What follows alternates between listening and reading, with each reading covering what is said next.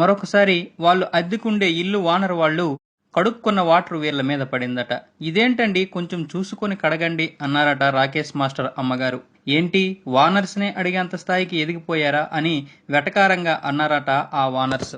దాంతో వాళ్ళమ్మగారికి విపరీతమైన పౌరుషం వచ్చి ఎలాగైనా సొంత ఇల్లు కట్టుకోవాలని నిర్ణయించుకొని కూలీ నాలికి వెళ్లి వచ్చిన డబ్బులు దాచడం మొదలుపెట్టారు. అలా కూలి డబ్బులు చాలా తక్కువ వస్తున్నాయని, ఇక లాభం లేదని ఇంట్లోనే టిఫిన్ తయారు చేసి వాటిని ఒక తట్టలో పెట్టుకొని అమ్మేవారట. అలాగే రాకేష్ మాస్టర్ గారు కూడా ఒక తట్ట పట్టుకొని మరొక వీధికి వెళ్లి అమ్మేవారట.